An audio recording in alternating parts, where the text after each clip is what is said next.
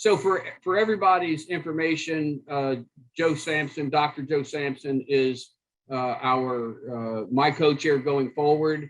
Scheduling has been a bit since the change with the new superintendent coming in and some adjustments in Joe's workload, obviously. But we have Tony, and that's really what we need going forward. So in the future, Joe will be the co-chair with us and take part in these meetings directly. So with that in mind, Ruthie, if you would do a roll call for us. Absolutely. I'm going to read your name. Just say here. Julian Willis. Here. Kevin Michael. Well, Kevin's retired now. Yeah, Oh, keep in right. mind that he That's may, right. yeah. Sorry, my list is old. Wilson Replace that Perry. name with Dr. Joe Sampson. Here. Dr. Sampson. Melissa Goshorn. Here. Mike Shishler. Here. Joanna Stallings. Here. Donna Ostenso. Here. Stacy Taman. Here. Danielle Duval.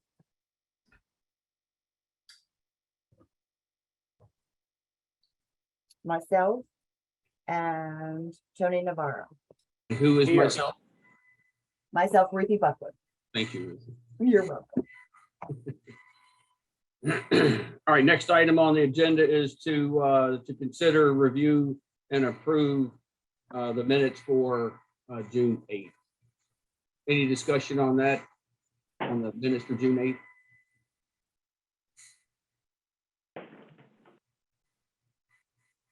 Is there a motion to adopt those minutes?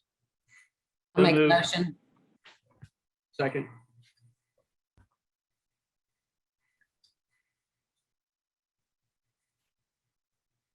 Is there a second to the motion? Second. All those in favor? Aye. Aye. Opposed? We're all hands forward, Ruthie. Yes, sir. So at some point in this, obviously, does anybody, as we look at the agenda for today, and this is what we have to get used to. I mean, certainly, I know on here, Wilson and I, and we've been through a lot of agendas for Planning Commission, for the Board of County Commissioners, for the Board of Appeals, et cetera. So we don't have to follow everything that strict, but I do want to follow as closely to that format as possible. One of the things that we want out of this is obviously transparency to the public, transparency within this board itself. So as we move forward, just try to, you're more than welcome to keep me on track as we go forward in accounting for this. So while I'll try to keep it pretty simple, I do want to make sure that we follow all rules and regulations as we should. And I do, if you see, we do have the county attorney that sits on here. He's probably keeping me straight, although he won't say that. But I certainly appreciate having John Norris here. He can also chime in and make sure that if you see something out of the ordinary, that he'll do so on the committee's behalf. So with that in mind, is there anything to this agenda that any member thinks that we should adjust? It's not so much, it's not so much to the agenda as it is to the recording piece, which I mentioned when I got on and saw it was already being recorded. When you have an official meeting like this and you're recording, it needs to be stated when the meeting is called to order. And I believe it's already being recorded and that has not been stated. Okay, good point. I'll add that to my list so that we just do that straight up front. So yes, for those that are tuned in, this meeting is being recorded. And, there are a couple of reasons why we would record any public meeting like this, certainly for transparency, but it does allow us to go back and look at any directives that may have come out of it, look at the minutes and make sure that we've captured everything. But it's also for transparency, so folks can go back and look at it. So this meeting is recorded. All future meetings will be recorded and we'll state that up front. So I appreciate the input. Thank you. Mark, regarding the agenda, Yeah. one thing that would be helpful would be maybe a minute or two update as to are we as Calvert County Public Schools on schedule for meeting the overall commitment and the due dates? Okay. So as we go forward, kind of, once we've called the order and we've gotten the agendas and all set on what we're going to discuss, the first thing we would go into basically where we stand. I think John's saying. I Oh, can't. okay. Yeah, but certainly we can do that, Wilson, and we can also get together offline just, and I get with the county attorney, just make sure that we have that in the right place. Obviously, it needs to be up front. So we'll do that so that not only this committee, but anybody that's tuning in kind of gets an update on where we are so that they can go back and research whatever they want. So I made a note of 2 items so far. That's the second one. Thank you. All right, thank you, sir. Nothing to change on the agenda as posted, except for adding those 2 items. The first is to make sure that we do announce the recording. The second is that we provide a quick update to where we stand as a committee and how we are moving forward. And I'll add that in, and you'll see that listed on the next agenda as it's published for all to see. Okay. Next item is new business, and Tony, I believe for the next 2 items, new and old, you're going to lead us through that? Yes, thank you, Mark. Yes, sir. And Ruthie, if you could just bring up the PowerPoint.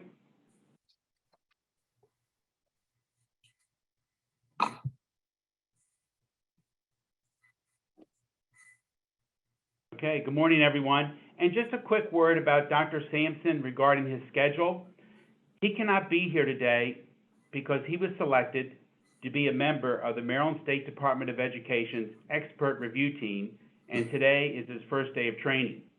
The Blueprint established the expert review team program to conduct reviews of at least 10% of Maryland schools annually and to make recommendations for improving their school's performance. We'll be presenting in greater detail at a subsequent meeting the expert review team program, as Calvert County Public Schools has 3 administrators and 1 teacher that were selected to participate in the program. And we look forward to learning about their experiences and what they can bring back with their learning for the Calvert County Public Schools. So previously in June, the committee reviewed pillar number 1, early childhood education, and pillar number 3, career and college pathways. Today, we are going to start, and I emphasize the word start, with a review of pillar number 2, high quality and diverse teachers and leaders, with a focus on national board certification, which is the foundation for the career ladder. Next slide, please. So the 3 focus areas for today are progress with the Accountability and Implementation Board, again, national board certification, which is a feature of pillar number 2, and NBC implementation exemplifies several of the recommendations of the Maryland Commission on Innovation and Excellence in Education and a guiding principle of the career ladder. And a third part is what should be our next steps for this committee. And I'm looking forward to a discussion with suggestions as to what should be our next activities. Next slide. So with respect to updates, the AIB board has been meeting in July work sessions on a weekly basis. And these work sessions serve to follow up the work focused on informing the draft of the comprehensive implementation plan. The AIB has invited guests to comment. They've invited the Maryland State Board of Education, the Maryland Department of Education, local school systems, and many other stakeholders. And during these work sessions, they've reviewed differences in the interpretation of the blueprint law, discussed what good implementation looks like, developed some solutions to issues raised but not yet resolved, and identify issues that require some recommendations and statutory changes. And overall, these work sessions served to provide a deeper understanding of the policy area, and guidance was provided in all of the 5 areas. And they delved deeper into the implementation and the outlined specific subtasks within each pillar to provide guidance for the process. And I spoke with Ruthie before the meeting started, and we're going to provide a link on the website so that anyone can go and listen to the AIB meetings, because they're all recorded, and also review the attachments and presentations that were given. Again, they met on July 14th with pillar number 2 and 5. July 20th was pillar number 3 and 4, and this past Thursday was pillar number 1, a focus on early childhood education. Next slide.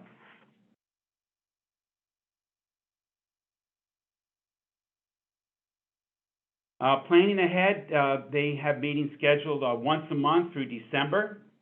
And again, these are going to serve as follow-up work session focused on drafting the comprehensive implementation plan. And this is where the school systems will review the blueprint law, go over interpretation, best practices and implementation, and develop solutions to issues and make recommendations for changes where appropriate. Next slide. So now going to National Board Certification, and you'll hear the term NBC, and that means a National Board Certification issued by the National Board for Professional Teaching Standards. An NBC teacher means a teacher who holds an active National Board Certification. And already amongst our school system and our colleagues were saying, I'm NBC certified, or I am an NBC teacher. Next slide, please. So what is National Board Certification? It was founded in 1987 by the National Board for Professional Teaching Standards. It is recognized as the gold standard in teacher certification. There are 5 core propositions of NBC in which teachers are committed to students and their learning. Teachers know the subjects they teach and how to teach those subjects. Teachers are responsible for managing and monitoring student learning.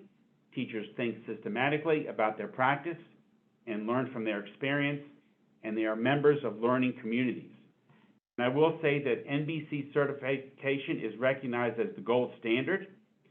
It's included in the implementation of the blueprint, and going forward in the blueprint, teacher evaluations shall be aligned to these 5 core propositions.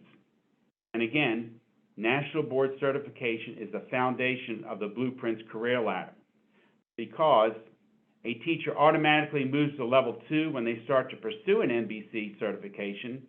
A teacher moves to level 3 upon attaining NBC certification, and a teacher can choose to go to the teacher track or administrative track of the career ladder upon level 3 and going to level 4. So again, it's a foundation to move up the career ladder. Next slide, please. There are some prerequisites for beginning your National Board Certification. You must have a bachelor's degree from an accredited institution. At first, one of the prerequisites was 3 years of successful teaching in 1 or more early childhood, elementary or middle or second schools. However, there is a proposed change where you can begin your certification in your first year of teaching, but you cannot be awarded the certification until you've completed 3 years of teaching.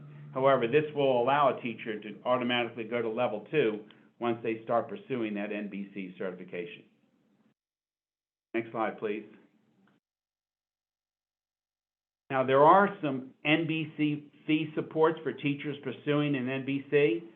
Maryland Public School teachers pursuing an NBC will receive funding to cover the costs associated with their NBC candidacy if they meet the eligibility requirements.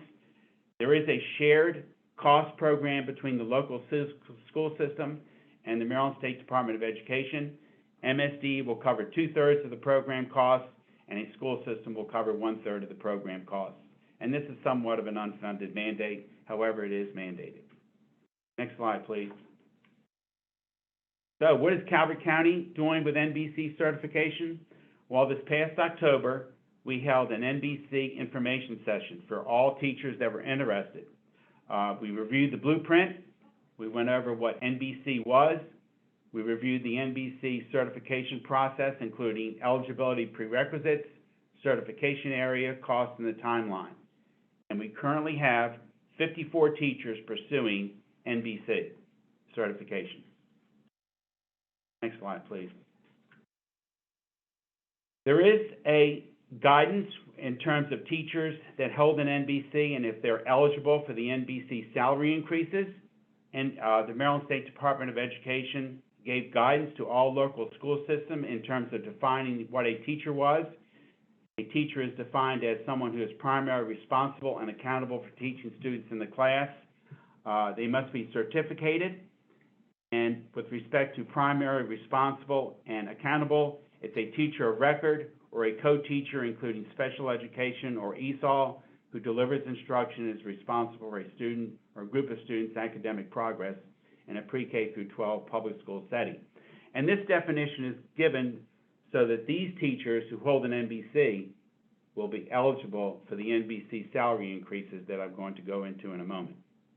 Next slide, please.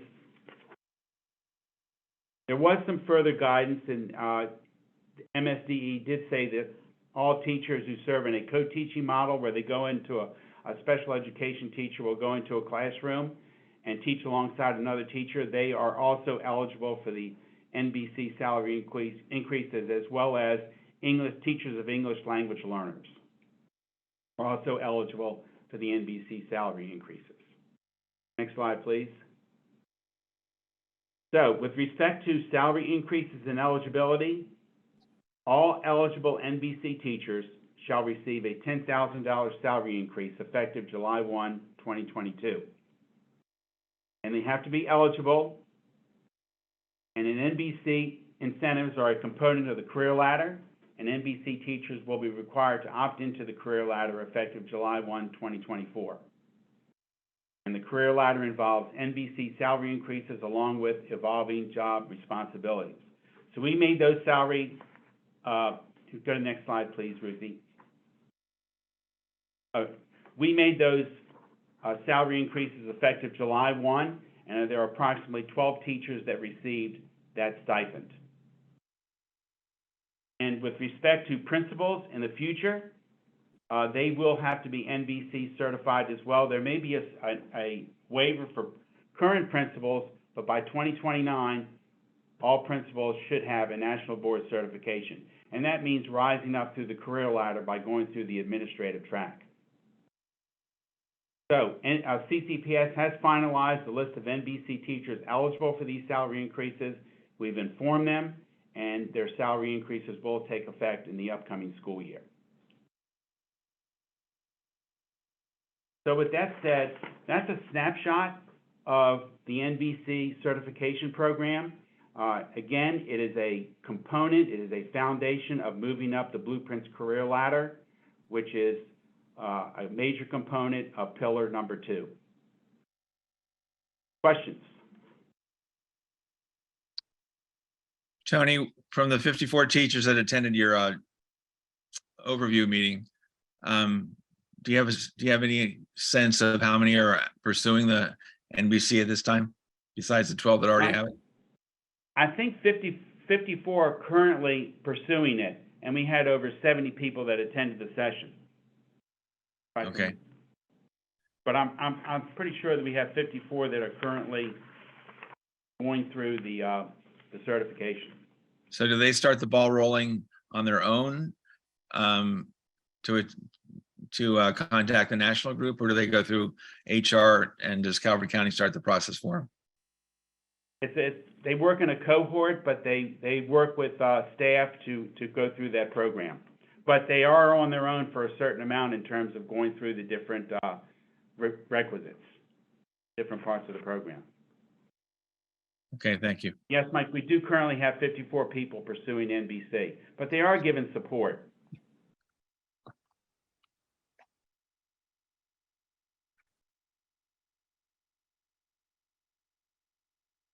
Other questions? Donna, do you get a sense that there's more interest among your CEA members for this? That's kind of hard for me to answer. I know that there were some people who started last year and felt too overwhelmed by the process and dropped out. I know that there are some teachers who are planning to start this year, but it involves a time commitment and a lot of work. And depending upon where you are in your career, your family, Sure. it could be difficult to juggle. Is there a set time limit that once you enter that process, you have to complete Yes. certain steps? There Yes. is?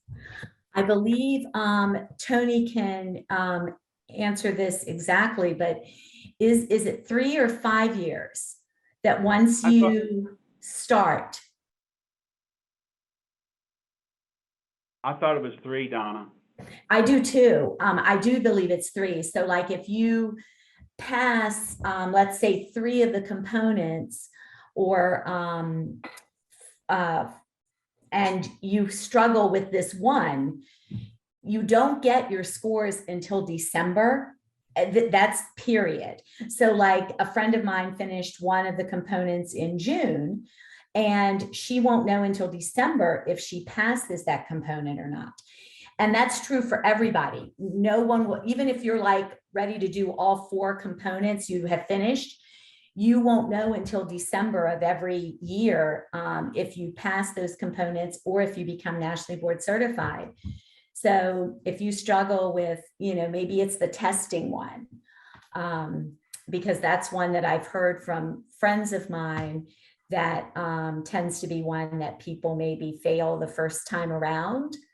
That could be really frustrating if you get those components and then, you have to start all over again if you can't make it happen in 3 years.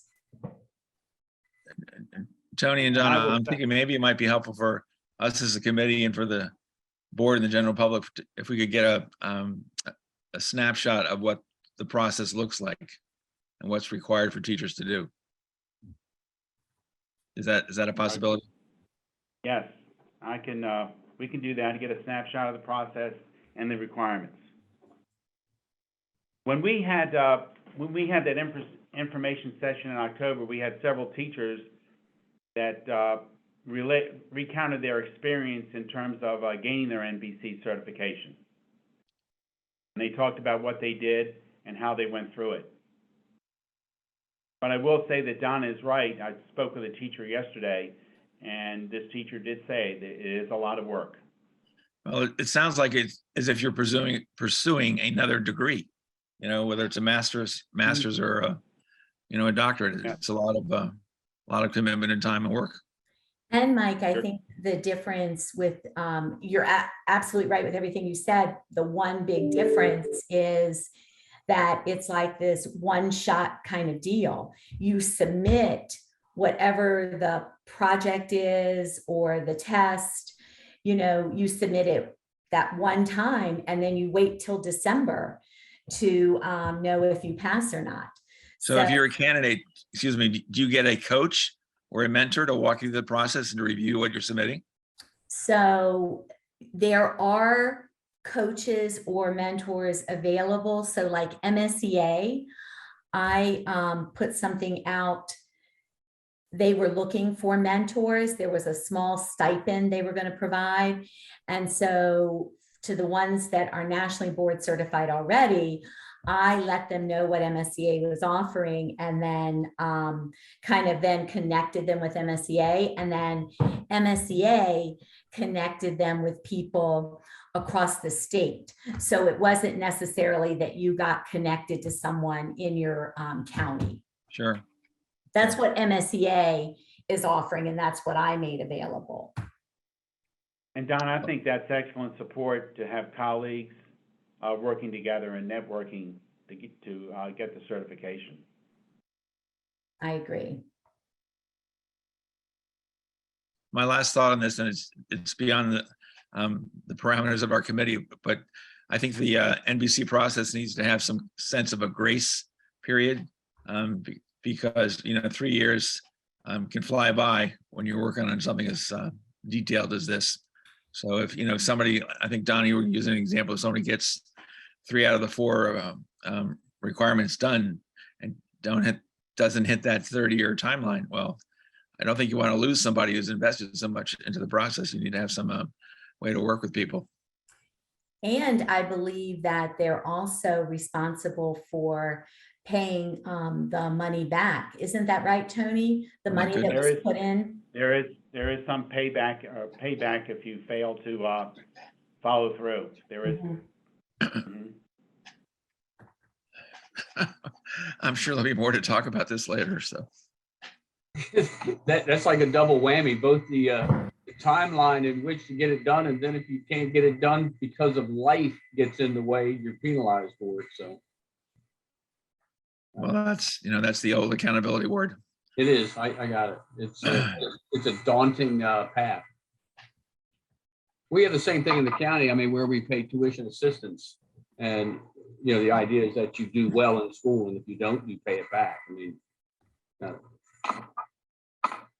so do we have anything else on Tony's presentation?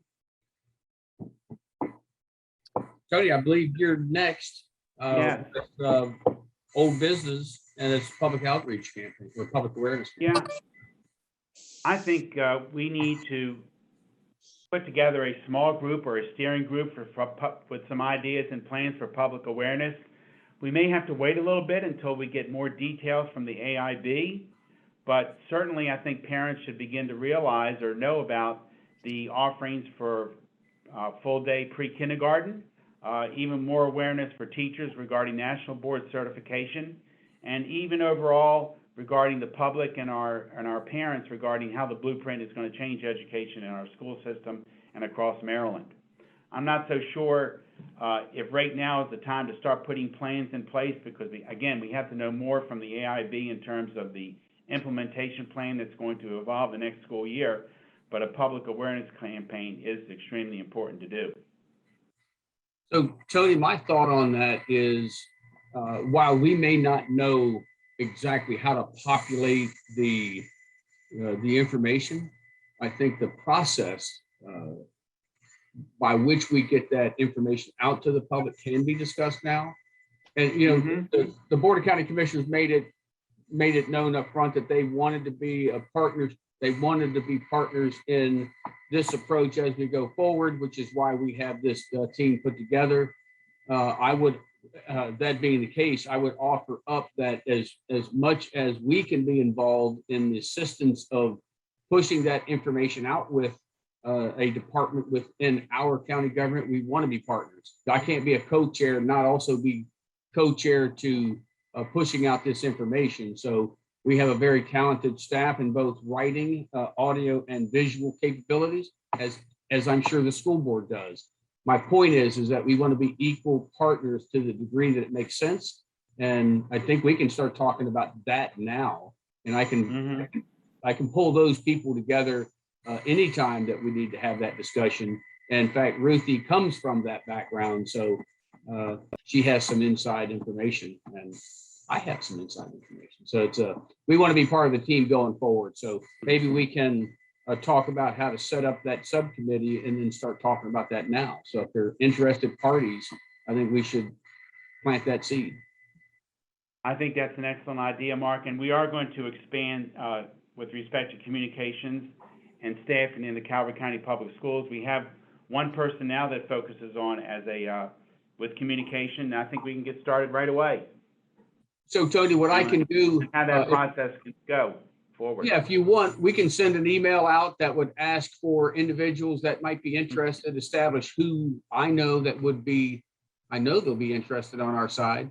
So, and then we can kind of chime in, whether it's assuming it's individuals from this committee who get support from individuals outside of this committee is fine, but create that subcommittee and we can do that through an email so that all parties can have an opportunity to weigh in via email, and then when we come back at the next meeting, we can let everybody know who that is. And a thought popped into my head: maybe a blueprint network. Okay. Yeah. So involve different community organizations. Yeah, the whole everything. I mean, we need to design, for that template, how we're going to reach out, who we're going to reach out, the frequency with which we're going to reach out. We can look at all of that. And like I said, we This is what we have a group that does this for a living every day. And I know we can be of benefit to this committee. So Ruthie will put together an email on my behalf, on our behalf, not my behalf, on our behalf, as we go forward to solicit participation. Sounds good, Mark. Okay, Tony, with that in mind, I mean, I don't know anything else unless the committee has response to what we just discussed about outreach. Okay. With that said, our next agenda item would be public comment. Ruthie will read the statement so that all parties that may want to publicly comment will have equal right to do so and equal guidance. Ruthie. So for public comment, the Blueprint Committee has elected to follow the same rules for public comment as the Calvert County Board of County Commissioners, who adopted Resolution 689, intending to maintain the order and decorum of the governmental process. A copy can be found on the county's website on the page for the Blueprint Committee. The Ethics Commission has asked that we remind speakers at public comment that lobbyists, including those who seek to influence public policy, must register in advance. The floor has been open for public comment from persons joining virtually. If you wish to speak, please press *9 or use the raise your hand feature. Virtual speakers will be identified by either the last 4 digits of their phone number or their screen name and unmuted one at a time. If necessary, you may unmute yourself by pressing *6. Before beginning your comments, all speakers must identify themselves and whether speaking as an individual, where you will be allocated 2 minutes, or as a designated representative of a group, where you will be allocated 5 minutes. So the question is, do we have any speakers? Andrew?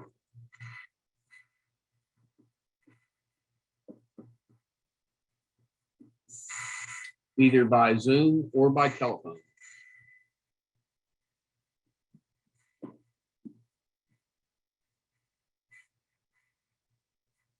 It appears there are no speakers, so I will move to the next agenda item, which is an item that we added to the agenda, and rightfully so. So at this point, this is the first time we will have done this, but it's no different than the commissioners or the Board of Education, where the committee members themselves have an opportunity to kind of just express what they have on their mind and try to provide direction to the committee as we go forward. So normally we would go from one direction to the other. So I'm trying to figure out the best way to do this. You want me to call the names? Yeah, just go down the list, Ruthie, and then we will establish a process so that everybody knows exactly the process as we go forward. So. Wilson Karen, do you have any reports? Yes, I just a comment. I'm listening to the Tony's presentation regarding the NBC that started 35 years ago, and I'm surprised that there should be some lessons learned. Some of the issues that were mentioned that we have with the the allocation of the 3 years and in December, are there any lessons learned from other organizations that's been using the process for quite some time that we can use to facilitate getting through this process for teachers in Calvert County? Wilson, I think I can bring that up to some of the organizations that we work with, either MSDE or the AIB. Yeah. There needs to be maybe some more transparency for the teachers and community regarding this NBC process. Okay, thank you.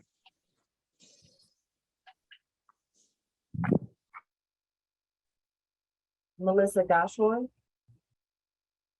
Hi, thank you.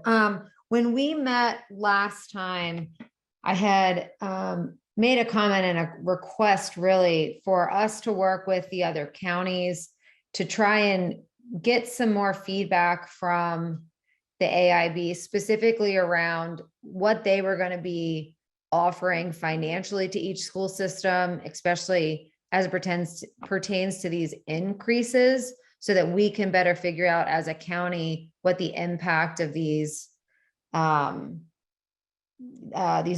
and these increases are going to cost, because they mentioned covering part of that, and there hasn't been clarity on what part of that they would cover. Also, around the whole Kerwin plan, there seems to be a lot of open questions that they continue to answer, but there's also a lot of concern from many counties about how we're going to cover the cost of this.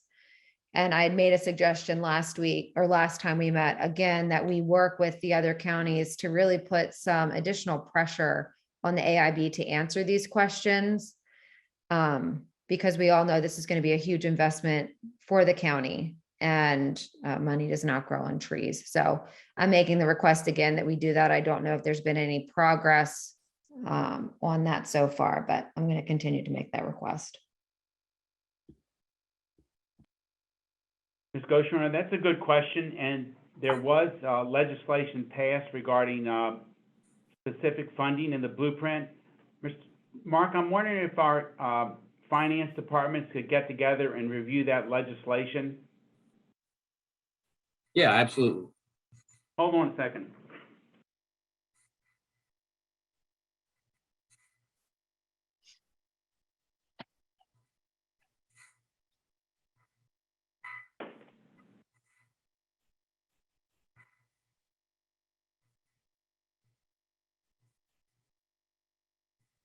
I will have that to you, Mark, and maybe perhaps for our next meeting we can have a review of that new law regarding the funding. Okay. So yeah, Tony, that's perfect on that. I think that'll satisfy one, or at least get us moving in a direction of one of Melissa's points. The other one is, Melissa, I'm up. And I would assume the committee is up for how we would put together a point of contact, a small committee that would be dedicated to outreach to the other counties, make that contact with their group as well. So that's something that we can certainly talk about. We can talk offline, we can talk here, but my point is that we need to get that moving forward. I don't disagree that it would be nice to know on certain topics what the other counties' takes are. So we'll get that put together so that we have some information going forward. I don't know if that's something that Joe Sampson has inherited from taking over for Kevin and Michael. I thought Kevin had shared a couple of times when he's had contact with the folks in Charleston, St. Mary's County, about what their committees or systems are doing. So Mike, I agree. I'm I just agree. speaking. Part of the delay, Mike, is just that because of what Tony pointed out earlier, I knew that because I have met with Joe a couple of times already, that his interaction at the school level is something that they have reached out. Kevin had reached out before, but we need to solidify that and make sure that we can speak to it. And that's truly, I think, what Melissa's looking for, is that we as a committee know that there has been outreach and to bring that information back to this committee so that we're all on the same page. So I think we just need to, I think it's happening. I think we need to fine tune it so that everybody's on board. Can I just, I'm sorry, that kind of meandered a little bit for me. Can I ask for clarification on exactly what that request was? That we're partnering with other counties to pressure the AIB? Melissa, go ahead and state your comments, please. Yeah, so I think there's two things. I think that we need to get clarification. It sounds like we, not this group, but we, the county, may have clarification on what the state will actually be providing to the counties as it pertains to the bonuses and the salary increases.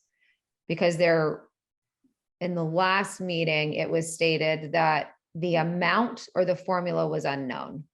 So that's the first request. The second request is there is a lot of concerns throughout the state on some open questions that have remained open for a couple of months now. And in some areas where there's large concern about the blueprint as it stands, and maybe it's due to some gray areas. And so the request is that we partner with other counties to present a shared concern, front, or request to the AIB, so that they understand that it is several counties that have these questions or concerns or issues or requests for clarifications, and not just one-off counties. So, and I'm really just asking for clarification. Do you not think that that is something that is being maybe spearheaded or discussed with the local implementation coordinators? Because they meet as well as then meeting with the AIB. So are Yeah. you saying that in addition to what Dr. Sampson will be charged with, we need to get involved with that? I think that we need to make sure that prior to those individuals going into those meetings, that they are meeting outside of the meetings with the AIB to get the clarifications that we as a committee may need, or the other counties' committees, if they have them.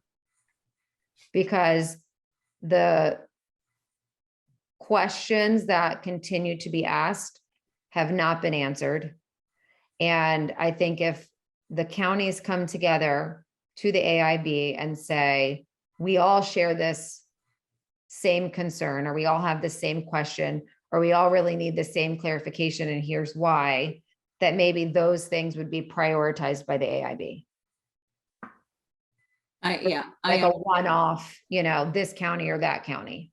And I do think that that is what the discussions are with the individual county implementation coordinators.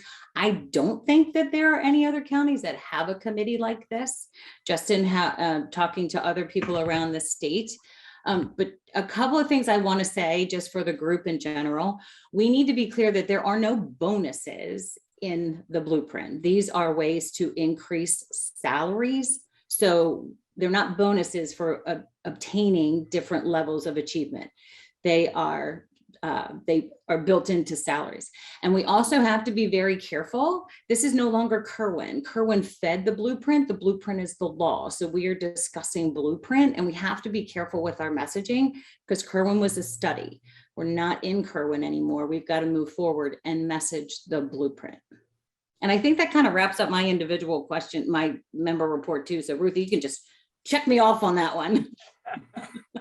But you know what, that's a good point, because what Mike brought up earlier is that Joe hasn't really had the availability to be here in the position long enough.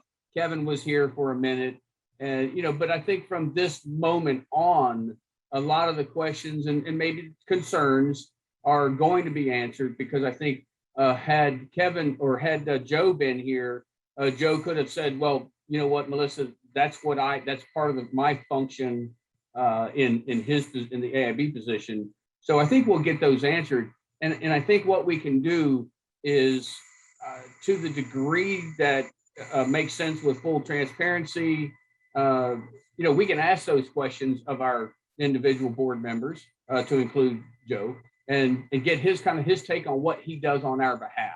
And then I would think that if a joint letter was going to be sent to the state, which we often do on many other committees, no doubt, Tri-County, we do a lot of joint letters, that he would be the person that would represent this group, talking to the other two counties and their AIB representative to formalize whatever information they want to go back to the state.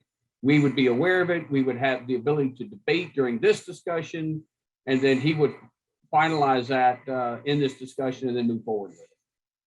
And certainly, Melissa, when he's on the next time around, we can have this discussion again. But I think everybody understands that there's a financial cost to it, and there's a philosophical cost to it if we don't voice our concerns jointly. But again, I think that's part of what Joe's responsibility is as the AIB board. And Mark, that bill that was passed by the General Assembly in this past spring was called House Bill 1450, Blueprint for Maryland's Future, Implementation Plans and Funds, including alterations. It did change some deadlines that Kevin has presented before, but it revises the formula for dedicated sales tax revenue to the Blueprint Fund, and even establishes a Blueprint Fund. So that's one bill that we may want to have our financial staff review and present on. Yeah, no doubt. And it wouldn't be a bad idea to have a discussion on that bill so that we're all on the same page, that we all understand it together. So we can look at, bringing that forward on the next agenda. Okay.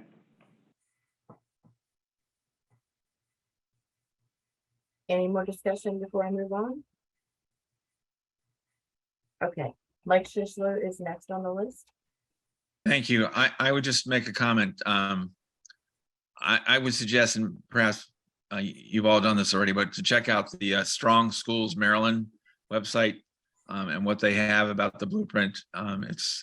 It's I think pretty well organized, and they take each of the 5 pillars and they give you a PDF snapshot of what the key points are and where it's going. So I think it's good. I used it personally again to give myself a refresher before this meeting to see what I've forgotten since we met last time.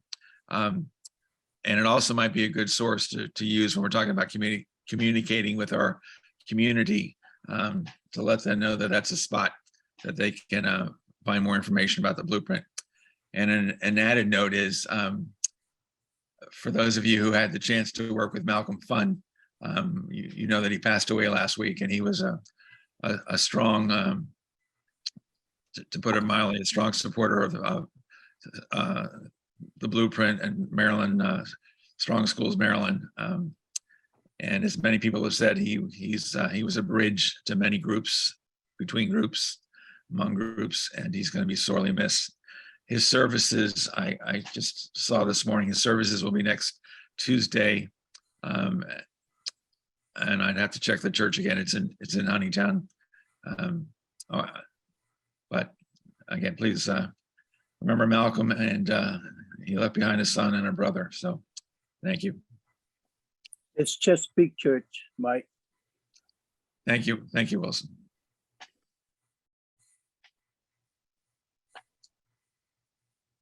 Thank you, Ruthie. That's it. Hey, Ruthie, on some of what Mike said, we should establish a list of links with the identifying subject matter so that we have that as a revolving opportunity for folks to go to. Put them all in one place and make that known to the committee. And we can talk about it after the fact, just so that I can be part of that solution. And I'm not sure the school system was working on a separate website with all that information. I'm not sure. Yeah, I don't want to reinvent the wheel. Yeah. Right, I don't want to reinvent the wheel, but I want to make sure that if any member finds a useful link for whatever reason, I want to make that link available to everybody so that we can all be on the same page as much as possible. Okay. Joanna Stallings is next. I have no additional comments to make at this time. Okay, thank you. Donna Estenso.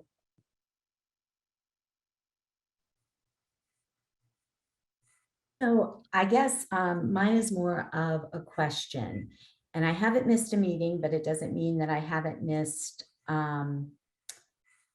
something that was going to be added to the agenda. Member reports. So I'm very unclear as to what exactly this is, or what my member or other people are supposed to be reporting. That's the first piece. So I want to make sure that I'm prepared for future meetings, because I see a report and questions as 2 different things. The second part of this that I would like to know about is, in any type of meetings, especially ones that are being recorded and are being viewed in the public, when do we have closed sessions?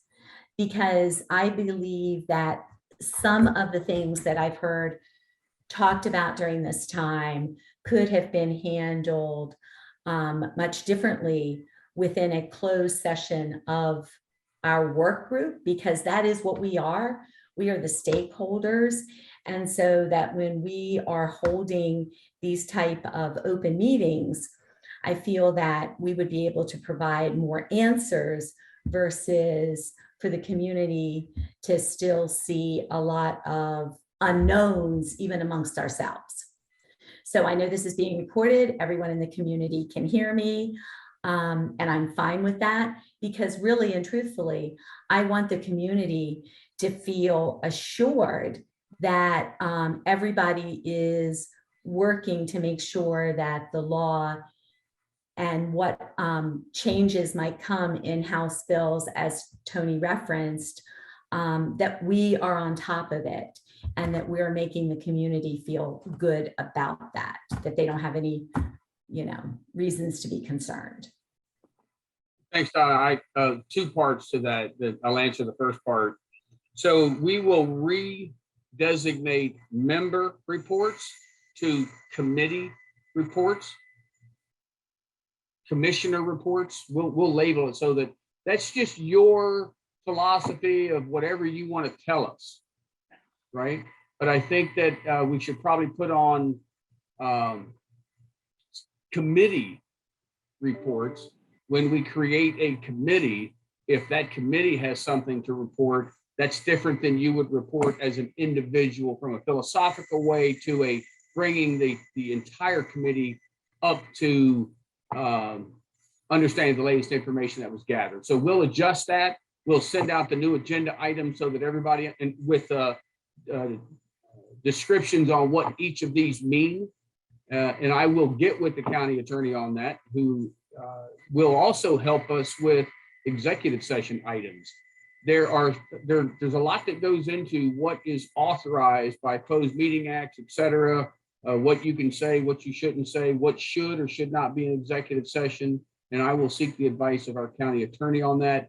And Tony, obviously, from your side of the house, you can certainly have staff weigh in as well. But I do agree, Donna, that some things should be in executive session, but they need to be there because they're there more by law. And John can work with me after that to make sure I'm heading in the right direction. But I understand what you're talking about. We live it every Tuesday.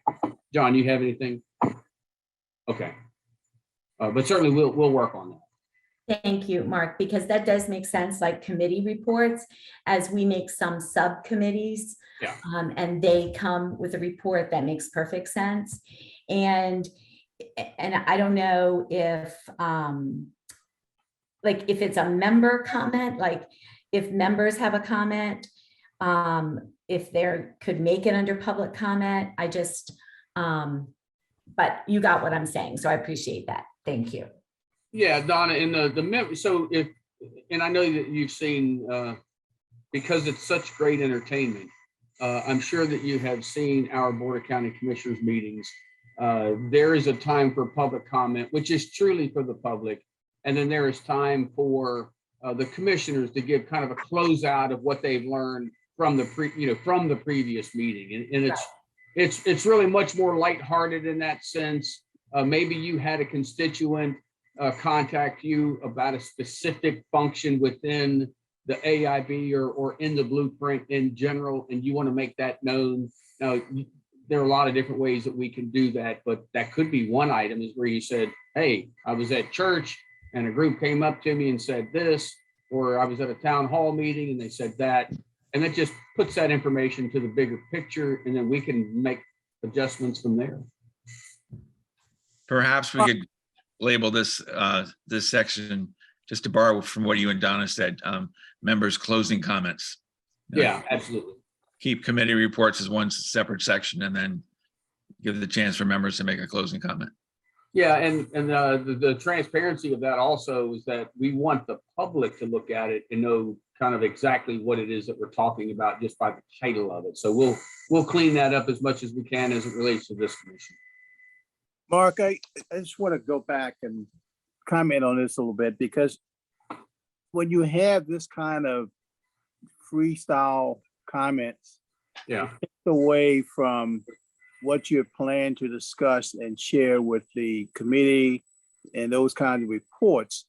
And I think it's a slippery slope if we have these comments like that at the end of the meeting. And we have an agenda before us. If the comments are relative to an item on the agenda, then it should be taken at that time. But it could evolve to something where it could be a platform for other communication that's not even relevant to what we're talking about. So I would be cautious in adding this new item to the agenda. Well, and I understand, Wilson. I think what we do, and point well taken, because you and I have both lived it out here in front. You know, it can get out of control rather quickly, and all is meant well. But because I think all of it's meant well, but we can have that discussion. And I think what we do before the next meeting is we kind of put some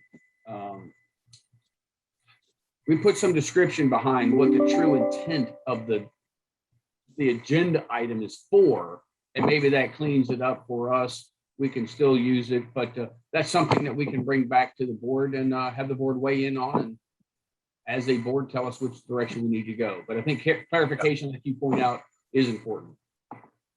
Thank you. Yes, sir. Ruthie, next. The only ones we have left are Tony Navarro and Mark Willis. So if you guys have closing statements, Tony? Yeah, I would like to thank everyone again for their participation today. And again, NBC is the foundation for the career ladder, and it's an opportunity to enhance the career and compensation for our teachers that across the state of Maryland. All right, thanks, Tony. The only item that I have on there besides thanking everybody, and for me, I know most of you out there are educators by lifelong joy decision. I'm always a student at heart, so I learn more just doing this every day. I certainly appreciate this group coming together. With the committee in general, a comment is that if we have an individual that's not making the meetings, at some point we need to have that discussion, because we need all of our committee members from the locations in which they represent. So that's just a topic that we can talk about going forward. So with that said, if there are no further comments, do I have a motion to adjourn? So moved.